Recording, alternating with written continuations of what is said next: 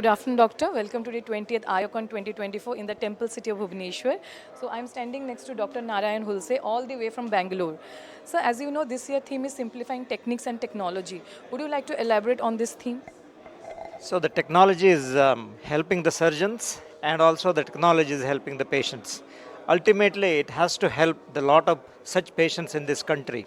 And in this direction, I think the teaching the younger generation as well as improving the knowledge of the current surgeons is very important.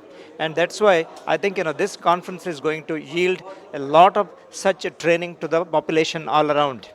Now, I am today going to conduct a live Mako robotic joint replacement surgery, which is going to be one of the major technical advancement in the joint replacement surgery. I'm sure the people will learn, discuss, improve their knowledge before they leave this place and go to their place of work day after tomorrow. Thank you.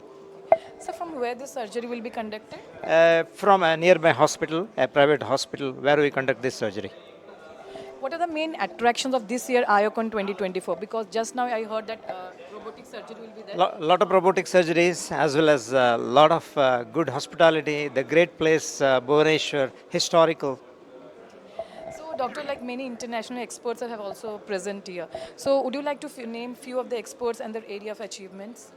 There are a lot of them. I may not be able to particularly tell about any one of them, but there are a lot of international surgeons from all over the world have gathered here, imparting their knowledge to the local surgeons and the surgeons from all over the country.